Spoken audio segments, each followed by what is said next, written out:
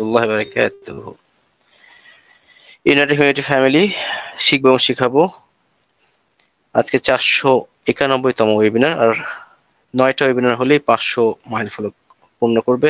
সত্যি অসাধারণ একটি ওয়েবিনার। আমরা 2022 সালের 22 সাল থেকেই 23 সালের এপ্রিলের 25 তারিখ থেকে দেখছি ও কানেক্টের ফ্রি ভার্সন থেকেই এটার শুরুয়াত। আলহামদুলিল্লাহ গুটি গুটি পা করতে করতে এটি 3 বছরে পদার্পণ করতে যাচ্ছে। সাথে 493 অসাধারণ সংখ্যা।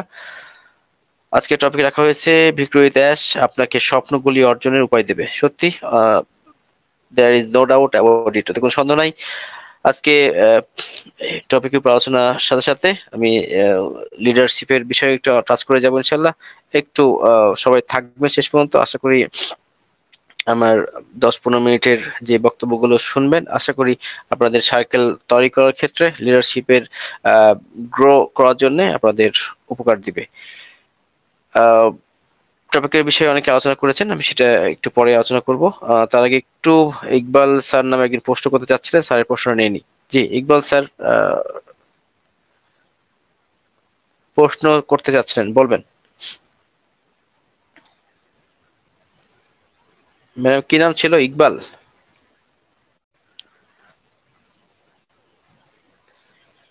জি প্রশ্ন কেউ করতে চাচ্ছিলেন, যদি থাকেন আসবেন ইকবাল নামে, যদি না থাকে তাহলে আমি আলোচনা শুরু। আমার একটা প্রশ্ন ছিল স্যার। জি বলেন গোলাম হোসেন ভাই। আমার তো ওই যে আমার তো লিংক এখন আসছে না, 24 ঘন্টা দিছিল তো 48 ঘন্টা 3 পার হয়ে গেল। আচ্ছা একটু ওয়েট করেন মঙ্গলবার পর্যন্ত ওয়েট করেন, আমাদের নতুন সমাধান আসছে, একটু ওয়েট করেন। ব্যতিব্যস্ত হওয়ার কোনো দরকার নাই, সকলেই আমরা যাব একটু আগে আর পরে। ঠিক আছে sir, thank you thank you sir. যারা এখনো মেল পান নাই, কেওয়াইসি করতে পারছেন না, কোনো ওয়ার্ড নাই। ইনশাল্লাহ আগামী কাল রাত 12টার পর থেকেই নতুন সপ্তাহ শুরু হচ্ছে, মানডে থেকে। ইনশাল্লাহ কালকে বা পরশুদিনের মধ্যে আমরা ভালো নিউজ পাবো কিভাবে এটা সহজে আমাদের সমাধান করা যায়। তো ইকবাল নামে যিনি প্রশ্ন করতে যাচ্ছিলেন তাকে হয়তো পাচ্ছি না, তো আলহামদুলিল্লাহ আমি আলোচনায় চলে যাচ্ছি।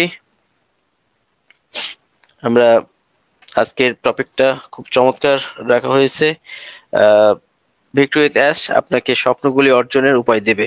কেনই বা দিবে না? আমরা দীর্ঘ 7 বছর ধরে এই কোম্পানির সাথে আমরা লেগে আছি। 2018 সাল থেকে 2025 সাল, এই 7 বছরের পথ চলাই আমরা অনেক চড়াই উতরাই দেখেছি, কোম্পানির উত্থান দেখেছি, কোম্পানির পতন দেখেছি, আবার উত্থান দেখেছি। পৃথিবীতে খুব বিরল দেখবেন যে কোনো কোম্পানি যখন চলে যায়, যখন পতন হয়, সেটা আর ফিরে আসে না। আমাদের কোম্পানি আমরা উত্থান দেখেছি, পতন দেখেছি, আবার উত্থান দেখেছি। উত্থানটা একবার রাজকীয় হালেই উত্থান হচ্ছে, যেটা ভিক্টোরি অ্যাশের মাধ্যমে আমাদেরকে যে বিষয়গুলো এর আগে শেখানো পড়ানো ছিল না, স্যার ব্রত হয়েছেন যে শিখিয়ে পরে আমাদেরকে তৈরি করবেন আমাদের বিজয়ের মঞ্চে নিয়ে যাওয়ার জন্য। কিছু লিডার তৈরি করবেন যাদেরকে দিয়ে স্যার পৃথিবীতে সারা পৃথিবীতে আমাদের কোম্পানিকে ভাইরাল শুধু না, সারা পৃথিবীতে রাজ করবেন। তারই অংশ হিসেবে আমাদের বিভিন্ন সার্কেল ভাগ করে আমাদের কাজ করার জন্য স্যার বলেছেন। তো এইসব যারা আমরা নেতৃত্ব গুণাবলী সম্পন্ন ব্যক্তি হতে চাই, তাদের অবশ্যই কিছু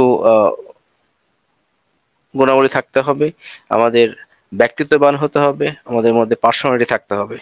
আমি একটু পার্সোনালিটি বা ব্যক্তিত্ববান ব্যক্তিদের কি কি গুণাবলী থাকা উচিত সেটা একটু স্মরণ করে দিতে চাই।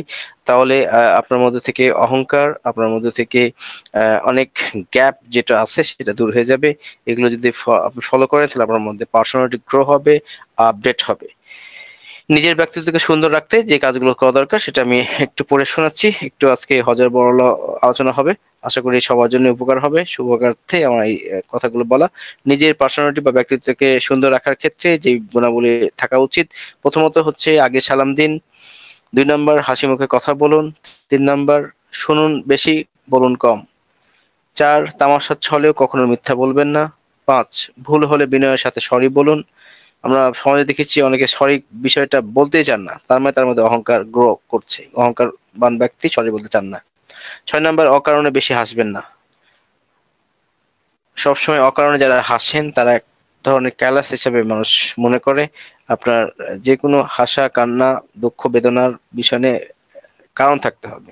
আপনি যদি বিনা কারণে হাসেন, বিনা কারণে আপনি অট্টহাসি দেন, তাহলে বুঝতে হবে যে আপনি আসলে না বুঝেই হাসছেন, অন্যকে ছোট করার জন্য হাসছেন। এই বিষয়টা মাথায় রাখতে হবে।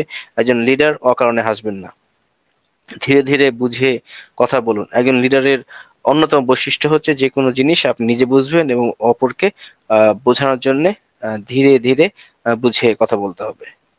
আগে অন্যের কথা শুনুন, তারপরে নিজে বলুন। অন্যের কথা যদি আপনি না শুনেন, যদি নিজেই শুধু শুধু বকবক করেন, তাহলে আপনার জনপ্রিয়তা হ্রাস পাবে। 9, কোনো বিষয়ে তর্ক জড়াবেন না। তর্কে জড়ানো কোনো লিডার বা ভালো ব্যক্তিত্ববান মানুষের কাজ নয়। 10, কারো কাছে নিজেকে বড় প্রমাণ করার চেষ্টা করবেন না। আপনি যে বড় সেটা মানুষই বলবে, আপনি নিজে বললে আপনি আসলে ছোট হয়ে যাচ্ছেন, এটা আপনাকে বুঝতে হবে। 11, রাগ নিয়ন্ত্রণ রাখুন। রাগ সবারই আছে, নিয়ন্ত্রণ যে করতে পারে সেই সবচেয়ে বড় শক্তিশালী। এই জিনিসটা মাথায় রাখতে হবে।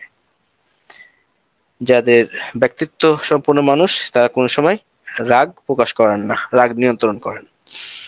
12, কেউ ভুল করলে ক্ষমা করুন। ক্ষমাকারী ব্যক্তিকে আল্লাহ পছন্দ করেন। ক্ষমা প্রদর্শন করা একটা সৌন্দর্যের প্রতীক। ব্যক্তিত্ববান ব্যক্তিরাই শুধুমাত্র ক্ষমা করতে পারে, নচেত অন্যরা পারে না। 13 নম্বর, ছোট বড় সবাইকে সম্মান করুন। সম্মান করাটা এটা একটা ব্যক্তিত্ববান পুরুষের বা নেতৃত্বের গুণাবলীর একটা অন্যতম কাজ। 14 নম্বর, কথা দিয়ে কথা রাখবেন। কথা দিয়ে কথা না রাখা মুনাফিকের লক্ষণ।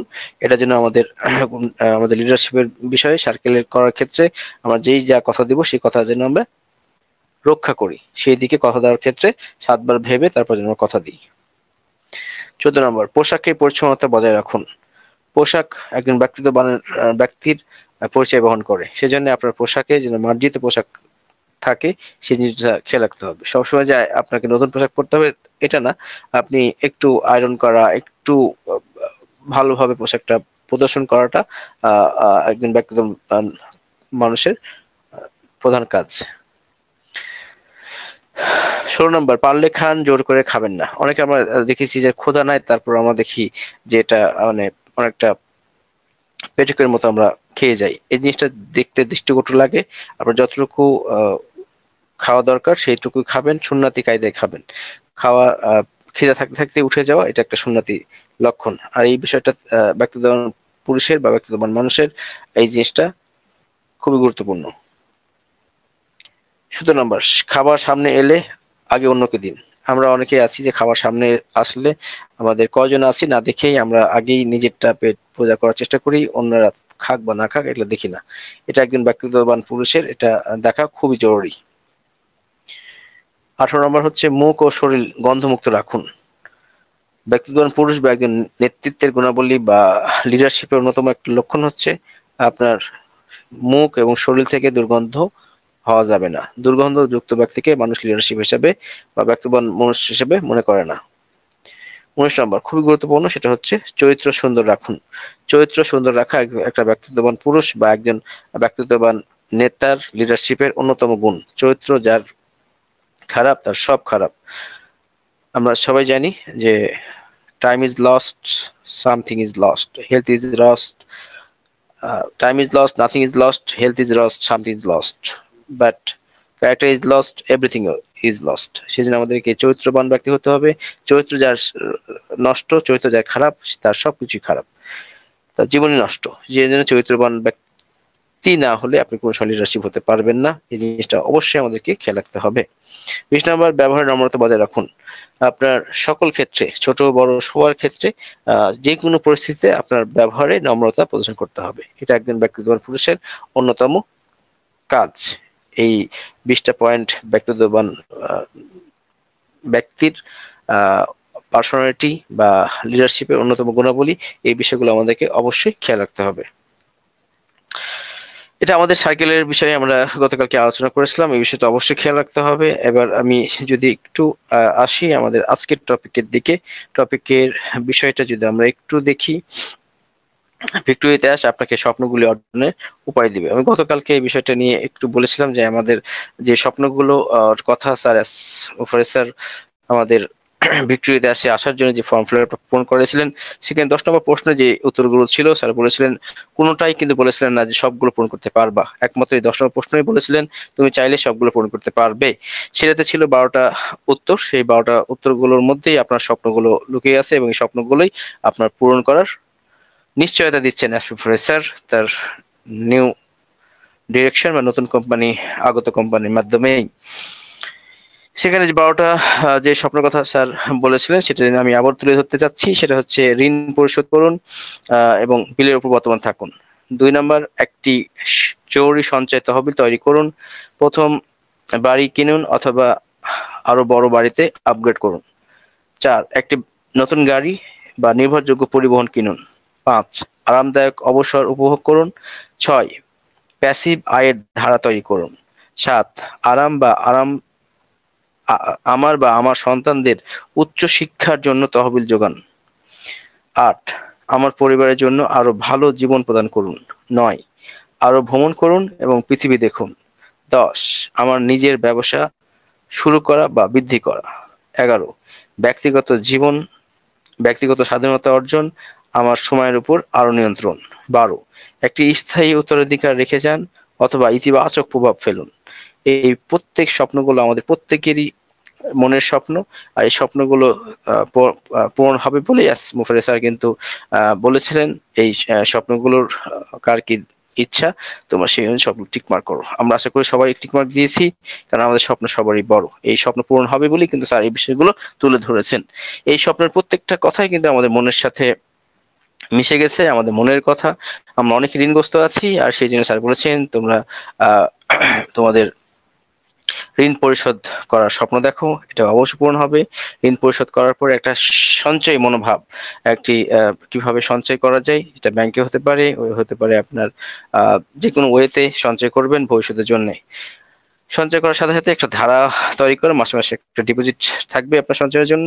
এর সাথে সাথে আমাদের সকলের সাথে যোগাযোগ বৃদ্ধির জন্য, সারা পৃথিবী ভ্রমণের জন্য, সারা দেশে বিভিন্ন জেলায় আমাদের ফাউন্ডারদের সাথে সাক্ষাতের জন্য একটা গাড়ি দরকার। স্যার বলেছেন একটি গাড়ি কেনার স্বপ্ন দেখো। গাড়ির সাথে সাথে আমাদের বাড়ির কথাও। আমার বাসায় মাঝে মাঝে আমার ওয়াইফের সাথে কথা হয় যে আগে বাড়ি না গাড়ি। ওয়াইফ সবসময় বলে আগে বাড়ি করা দরকার, আমার কাছে সবসময় মনে হয় একটা গাড়ি, বাড়ির আগে গাড়ি দরকার।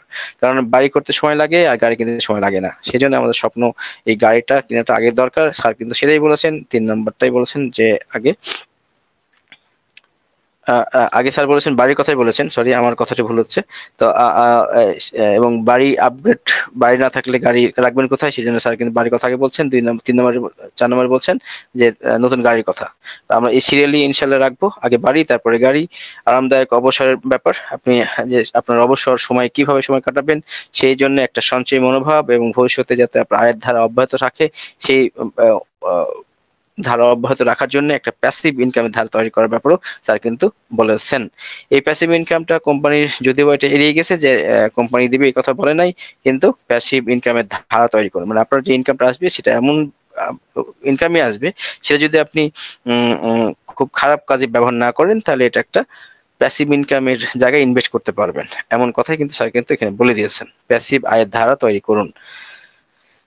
সন্তান, আপনি যদি এখনো ছাত্র হয়ে থাকেন তাহলে উচ্চ শিক্ষার জন্য আপনি স্বপ্ন দেখেন, অথবা আপনার ছেলে যদি থেকে থাকে তার উচ্চ শিক্ষার জন্য আপনি তহবিল সংগ্রহ করুন, মানে এখন থেকে সঞ্চয় করেন ছেলের উচ্চ শিক্ষার জন্য।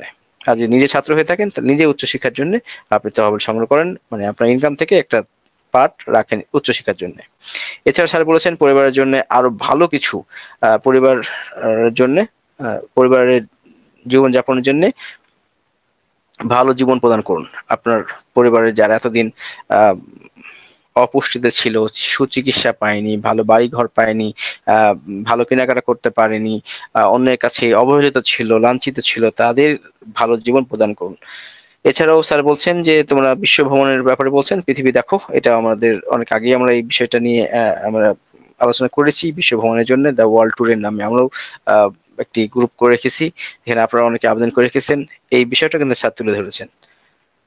আপনার যদি ব্যবসা করার মন মানসিকতা থাকে, যদি পূর্বের ব্যবসা থাকে যে ব্যবসাটা কোনো রিস্ক নাই, লাভজনক, সেই হিসাবে আপনি চাইলে ইনকাম থেকে ব্যবসা করতে পারেন, সেটাও স্যার কিন্তু এখানে ইঙ্গিত দিয়ে দিয়েছেন। আমরা যেমন বলতাম যে টাকা দিয়ে কেউ ব্যবসা করবেন না, যেহেতু ব্যবসা রিস্ক আছে। স্যার কিন্তু এটা বলছেন যদি তুমি এখানে এই টাকা দিয়ে তুমি ব্যবসা করতে চাও সেটাও করতে পারবে।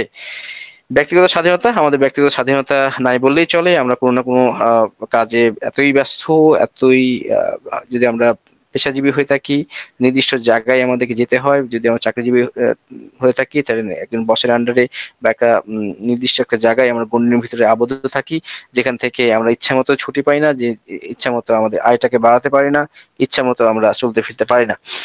নির্দিষ্ট সময়ের মধ্যে আমরা আবদ্ধ থাকি, সেখান থেকে বের হওয়া সম্ভব হয় না। সেজন্য স্যার এখানে বলছেন ব্যক্তিগত স্বাধীনতা অর্জন এবং সময়ের উপরে নিয়ন্ত্রণ। আমরা অনেকটা বলতে পারি মানি ফ্রিডম, টাইম ফ্রিডমটাই এখানে বোঝানো হচ্ছে। এছাড়াও স্থায়ী উত্তরাধিকারকে রেখে যান। আপনার আপনার সম্পদ যারা ভোগ করবে, এই সম্পদ যেন মাটির তলে শুধু পুঁতিয়ে না রাখা হয়, আপনার যেন একটা বংশধর থেকে থাকে যারা আপনার এই ইনকাম গুলো সঠিকভাবে উপভোগ করতে পারে, সঠিক কাজে ব্যবহার করতে পারে। এই জন্য স্যার বলছেন একটা সঠিক উত্তরাধিকার রেখে যান, যারা এই অর্থগুলো সঠিক ব্যবহার করবে। আপনি তাদেরকে একটি ওসিয়তনামা দিয়ে যেতে পারেন, যার ফলে তারা আপনার জন্য ইতিবাচক মনোভাব দেখাবে, আপনার জন্য দোয়া করবে। তাদের ফলে তার ফলে আপনি ইহকাল এবং পরকাল দুই দিকেই সব পাবেন। এই প্রত্যেকটার কথাগুলো কিন্তু আমাদের একবার মনের কথা। সত্যি আসছে যে কথাগুলো বলেছেন, এই 12টি পয়েন্ট কিন্তু খুব ভেবে চিন্তেই বলেছেন। আর এটা শুধু আমাদের বাংলাদেশ বা ইন্ডিয়ার জন্য না, সারা পৃথিবীর ফাউন্ডারদের জন্যই বলেছেন। তো চমৎকার এই স্বপ্নগুলো, সকলেই এই স্বপ্নগুলো আছে আমাদের, সকলেই মনে করি এই স্বপ্নগুলোর এমন কোন কথা বাদ নাই যে এখানে নাই। যারা বিবাহ করেন নাই তারা হয়তো বলছেন যে ভাই এখানে তো আমাদের বিয়ের কথা বলা নাই। হ্যাঁ, বিয়ের কথা আছে, বাড়ি গাড়ি নারী সবই এর মধ্যেই আছে, এর মধ্যে খুঁজে নিতে হবে। আহ এছাড়াও আমরা যদি একটু দেখি যে আমাদের আদৌ কি আমাদের কি এই স্বপ্ন অনপেশিভ যে স্বপ্ন দেখেছি সেই স্বপ্ন কি বিক্রি দেশের মাধ্যমে পাওয়া সম্ভব কিনা, সেই বিষয়টা যদি একটু আলোচনা করি। আপনারা দেখেছেন এর আগে স্যার বলেছিলেন যে অনপেশিভের সময় একটা কথা বলেছিলেন, আপনার খেয়াল আছে কিনা, কোম্পানি যখন লঞ্চ করবে, বিশেষ করে ওকানেটের কথা, তখন কিন্তু স্যার বলছিলেন যে ওকানেট যখন লঞ্চ করবে তখন থেকে 4 মাসের মধ্যে কোম্পানি আমাদের বিলিয়নিয়ার কোম্পানি হবে। লঞ্চ করার 4 মাসের মধ্যে বিলিয়নিয়ার কোম্পানি হবে। এটা থেকে স্যার আবার বলেছিলেন এটা 7 থেকে 8 মাসের মধ্যে, 7 মাস পার হয়ে গেলে এটা 1 বছরের মাথায় এটা বিলিয়নিয়ার থেকে super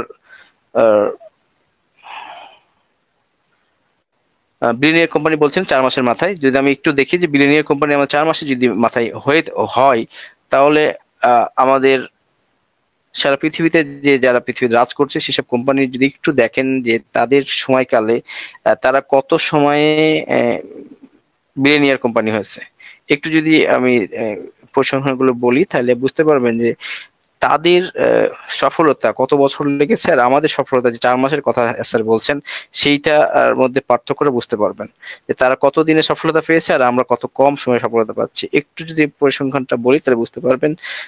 the age of billionaire dollar companies যদি হিসাব করি, ফেসবুক 16 বছর লেগেছে বিলিয়নিয়ার কোম্পানি হতে, টেসলা 17 বছর লেগেছে বিলিয়নিয়ার কোম্পানি হতে, গুগলকে লেগেছে 22 বছর, 22 বছর পর গুগল হয়েছে বিলিয়নিয়ার কোম্পানি। নেটফ্লিক্স যেটা 23 বছর পর বিলিয়নিয়ার কোম্পানি হয়েছে, অ্যামাজন 26 বছর পর বিলিয়নিয়ার কোম্পানি হয়েছে, অ্যাপেল 44 বছর পর বিলিয়নিয়ার কোম্পানি হয়েছে, মাইক্রোসফট 45 বছর পর বিলিয়নিয়ার কোম্পানি হয়েছে, ডিজনি 97, প্রায় 100 বছর পর বিলিয়নিয়ার কোম্পানি হয়েছে, আইবিএম 109 বছর পর বিলিয়নিয়ার কোম্পানি হয়েছেন, কোলগেট পালমোলিভ 214 বছর পর বিলিয়নিয়ার কোম্পানি হয়েছে, জেপি মর্গান চেস 220 বছর পর বিলিয়নিয়ার কোম্পানি হয়েছে, বিএনওয়াই মিলন 236 বছর পর বিলিয়নিয়ার কোম্পানি হয়েছে, ইন্টেল 52 বছর পর বিলিয়নিয়ার কোম্পানি হয়েছে, এইচপি 81 বছর পর বিলিয়নিয়ার কোম্পানি হয়েছে। যেখানে এত বছর সময় লেগেছে বিলিয়নিয়ার কোম্পানি হতে, এসব কোম্পানিগুলোকে সেখানে আমাদের স্যার বলছেন মাত্র 6 মাস না 4 মাস, মাত্র 4 মাসের মধ্যে আমাদের কোম্পানি বিলিয়নিয়ার হবে। আপনি ভাবতে পারেন যেখানে ফেসবুকের মতো একটি মাল্টিন্যাশনাল কোম্পানি যারা সারা পৃথিবী রাজ করছে, গুগল যেখানে রাজ করছে তাদের 22 বছর লেগেছে, ফেসবুকে 16 বছর লেগেছে, সেখানে মাত্র 4 মাসে আমাদের কোম্পানি বিলিয়নিয়ার কোম্পানি হবে। আপনি ভাবতে পারেন এই জায়গা থেকে আমরা কি বলতে পারি। আমাদের যে স্বপ্নগুলো পাঠ করে শোনালাম, সকল স্বপ্নগুলো আমাদের মনের স্বপ্ন, আমাদের নিজের স্বপ্ন, আর এই স্বপ্নগুলো বাস্তবায়ন করবেন অ্যাজ মুফারেজ স্যার এই 4 মাসের মধ্যেই দেখবেন একটা আলোড়ন সৃষ্টি হবে, শুধু কোম্পানি লঞ্চিং মোডে যেতে হবে।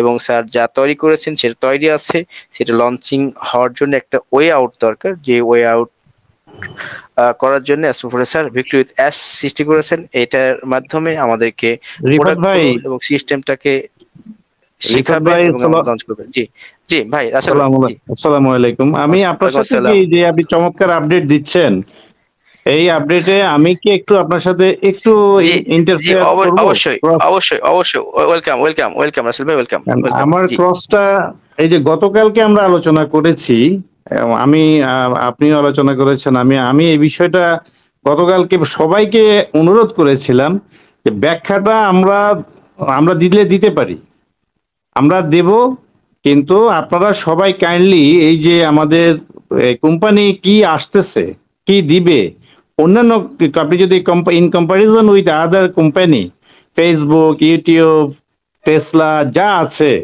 সবার সাথে আপনারা কম্পেয়ার করবেন। তবে এই যে আমরা যে বলছি, এই যে আজকে যে আপনি তথ্যটা দিয়ে দিলেন, এর আগে একটিবার যদি সবাইকে জিজ্ঞেস করতেন যে আপনারা কি সবাই একটু, গতকালকে তো আমরা আলোচনা করেছি, আপনারা কি দেখেছেন কিনা, যে একবার কি দেখেছেন ফেসবুক কত বছরে সে এই যে বিলিয়নিয়ার ডলার, বিলিয়ন ডলারের মালিক হতে তার কয় বছর সময় লেগেছে, বা সে তাকে একটা সাকসেস, এই যে আমরা যে এখন যে ইয়ে করতে সময় লাগছে একটু, আমরা আমাদের এই জিমেইল আসতে, অথবা আমরা ভেরিফিকেশন করতে, অথবা আমরা যে কেওয়াইসি করতে, এই যে একটু সময়টা লাগছে, কেন লাগছে? এই যে নিজেকে টোটালি সেট আপ করতে একটু সময় লাগেই প্রথমে স্টার্টিং এ। ওই স্টার্টিং সময়টাতেই সে নিজেকে ঝালাই করে নেয়, আমার কি কি ল্যাকিংস আছে, কি কি গ্যাপ আছে, এগুলা ঝালাই করতে যে সময়টা লাগে, আমাদের খুব কম সময়ে ঝালাই করে ফেলছে, কিন্তু অন্য কোম্পানির অনেক বেশি সময় লেগেছিল। তো এই কারণেই সবাইকে আপনি চমৎকার ইনফরমেশন দিচ্ছেন, যে ইনফরমেশন গুলো আজকে এই মাত্র আপনি দিলেন, এগুলো আমাদেরকে অনেক ইনফ্লুয়েন্স করবে।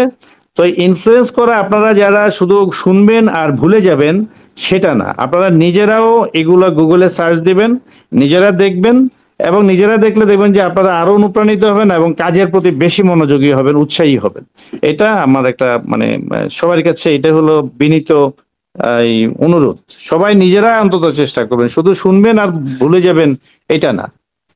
তো ঠিক আছে রিফাত ভাই, চালান, ভাল লাগছে। Thank you thank you thank you. চলবে চলবে। আরে চলো, welcome welcome, continue sir, excellent excellent. ভাই দৌড়াচ্ছে, চলবে মানে? এই মুহূর্তে আমার একটা কবিতা মনে হচ্ছে, জসীমউদ্দিনের একটা কবিতা সারাদিন আমি পড়ছিলাম।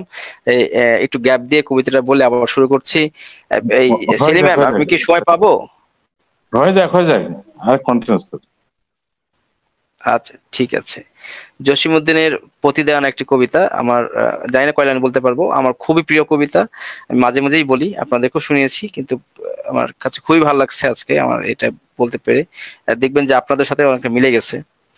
আহ বালুচর প্রবন্ধ থেকে জসীমউদ্দিনের এই কবিতার নাম হচ্ছে প্রতিদান। আমার এ ঘর ভাঙিয়াছে যেবা, আমি বাঁধি তার ঘর, আপন করিতে কাঁদিয়া বেড়াই, যে মোরে করেছে পর। যে মোরে করিল পথের বিভাগী, পথে পথে আমি ফিরি তার লাগি। দীঘল রজনী তার তরে, জাগি ঘুম যে হরেছে মোর। আমার এ ঘর ভাঙিয়াছে যেবা, আমি বাঁধি তার ঘর। আমার এ কুল ভাঙিয়াছে যেবা, আমি আমি তার কুল বাঁধি। যে গেছে বুকেতে আঘাত হানিয়া, তার লাগি আমি কাঁদি। যে মরে দিয়াছে বিষে ভরা বান, আমি দেই তারে বুক ভরা গান। কাটা পেয়ে তারে ফুল করি দান, সারাটি জনম ভর। আপন করিতে কাঁদিয়া বেড়াই, যে মরে করেছে পর। মোর বুকে যেবা কবর বেঁধেছে, আমি তার বুক ভরি। রঙিন ফুলের সোহাগ জড়ানো, ফুল মালঞ্চ ধরি। যে মুখে সে কহে নিঠুরিয়া বাণী, আমি লয়ে সখী তারি মুখখানি। কত ঠাই হতে কত কি যে আনি, সাজাই নিরন্তন। আপন করতে কাঁদিয়া বেড়াই, যে মোরে করেছে পর। কবিতাটা আমার জাস্ট এই সার্কেল সংক্রান্ত বিষয় আমার কাছে চমৎকার খুব চমৎকার, অনেক ভালো লাগলো। এই সারাসারি সাধারণ করতে যে কবিতাটা মনে হইলো, তো আজকে মনে হলো যে এটা আমি একটু গ্রুপে দিব। তো আপনাদের যাদের, যে আমাদের রাসেল ভাই মানে থাকতে পারছে না, মানে মানে মাঝে মাঝে মানে মানে মানে বুঝতে পারছে যে আমি এই সময় আমি থামতে পারছি না, আমি কথা বলতে না বলে এই ধরনের আবেগ প্রবল হতে হবে। মানে এই যে রাসেল ভাই কিন্তু ভিতরে খবর জানে, আমরা জানি কোম্পানি কি করতে যাচ্ছে, রাসেল ভাই ঠিক? তো রাসেল ভাই যেভাবে ফিল করছে, ঠিক আপনাদেরকেও আমাদেরকেও ফিল করতে হবে যে এই যে পয়েন্টগুলো আমরা বললাম, এটা কি রাসেল ভাই জানেন না? জানে। এই যে পয়েন্টগুলো আপনি কেন জানেন না? আপনি তখনই নেগেটিভ হবেন। আজকে একজন সাবেক একজন সঞ্চালিকার সাথে কথা হচ্ছিল, উনি হুট করে মানে খুব আবেগপ্রবল ভাবে অন্য একটা সোসাইটিতে অবস্থান করতেন। উনি আবেগপ্রবল ভাবে অনেক কথাই বলছেন এবং বলছিলেন যে আমাকে অমুক লিঙ্ক দেওয়ার কথা ছিল, দিয়েছে অন্যজনের লিঙ্ক। এটা নিয়ে অনেক আপসেট, অনেক করে বোঝানোর চেষ্টা করলাম যে দেখেন, আপনি ওই সোসাইটিতে থাকেন, আপনি ওখান থেকে ভুলে যাওয়াটা ঠিক হবে না। তারপরে ওনার ভিতরে দেখলাম যে একটু নেগেটিভিটি আছে, যে না আমি অনপাশে থাকবো না, এখানে অনেক কষ্ট পেয়েছি।